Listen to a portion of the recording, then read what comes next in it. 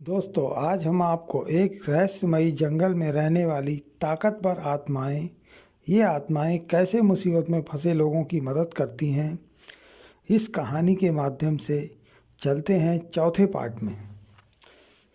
तीसरे पार्ट में शहर से तीनों चल देते हैं पहली चलाई लेकर। कुछ दिन बाद वो दूसरा नगर जहाँ वो चरवाहा रहता था, वो लोगों की गाय भैंस चराने का कार्य करता था। वैसे वो किसान था। जैसे ही तीनों साथी उस चरवाहा के घर पहुंचते हैं, तभी चरवाहा पहले से बहुत परेशान होता है। तभी चरवाहा उन तीनों से पूछता है, भाई तुम कौन हो और मेरे पास क्यों आए हो? मैं तो पहले से ही बहुत परेशान हूँ। तभी वो तीनों पूछते हैं, तुम कैसे परेशान हो, हम तुम्हारी मदद करेंगे। तभी चरवाहा बताता है कि मेरा एक भाई विदेश से पढ़ के बहुत ही पढ़ाई आया था। तभी उसके पास हर कोई अपनी चिट्ठी लेकर पढ़वाने आता था। इसी वजह से वो सबकी मदद करता था। एक दिन राजा के यहाँ पढ़ाने वालों की प्रतियोगिता हुई। तभी लोगों ने राजा को बता दिया, इस नगर में वो आदमी बहुत ही पढ़ा लिखा है, वो विदेश से पढ़ के आया है। तभी राजा ने उसे बुलाया और सभी पढ़े लिखे लोगों की प्रतियोगिता हुई। उसमें हर बार राजा का लड़का जीतता था, लेकिन इस बार हमारा भाई जीत गया। ये देखकर राजा का लड़का बहुत नाराज़ हुआ।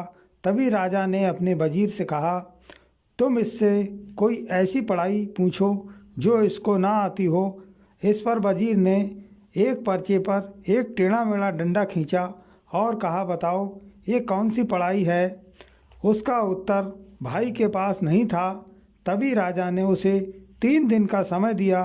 कहा, जाओ तुम्हें 3 दिन का समय देते हैं इस पढ़ाई को बताने का, नहीं तो तुम्हें सूली पर चढ़वा देंगे। इस लिखाई का हल नहीं मिल रहा है। तभी तीनों साथी उसी पानी वाले जिन्नात को याद करते हैं। तभी वो आ जाता है और कहता है, हुक्म करो मेरे दोस्त, क्यों मुझे याद किया है?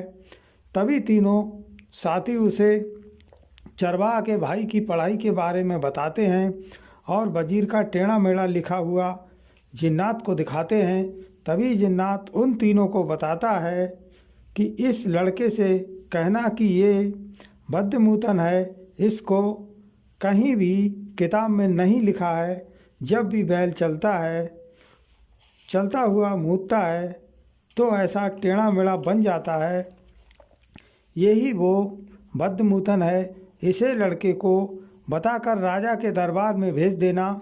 इस बात को सुनकर राजा की पहेली पूरी हो जाएगी। उस चरवाहा ने वैसा ही किया। जैसे ही सुबह हुई, वो राजा के दरबार में गया और उसने वैसा ही उत्तर दिया। राजा खुश होकर उस लड़के को विजेता घोषित कर देता है और खुश होकर वो सभी चरवाहा के घर आ जाते हैं। तभी चरवाहा खुश होकर उन तीनों से आने का कारण पूछता है। तब वो जादुई सलाई के बारे में बताते हैं। तभी खुश होकर वो सलाई उन्हें दे देता है। अब बनिया दोनों सलाई को लेकर वहाँ से उसी जंगल में आ जाते हैं और उस आम के पेड़ को नमस्कार करके उन दोनों सलाई को जैसे ही आँखों से लगाते हैं, वो बनिया पहले की तरह आदमी रूप में आ जाता है। तभी बहुत खुश होकर चारों बनिया वहाँ से चल देते हैं अपने शहर को। भाइयों, इस तरह कुछ आत्माएं मदद करती हैं मनुष्यों की। अगर आपको वीडियो अच्छी लगी हो तो लाइक करें, चैनल को सब्सक्राइब करें।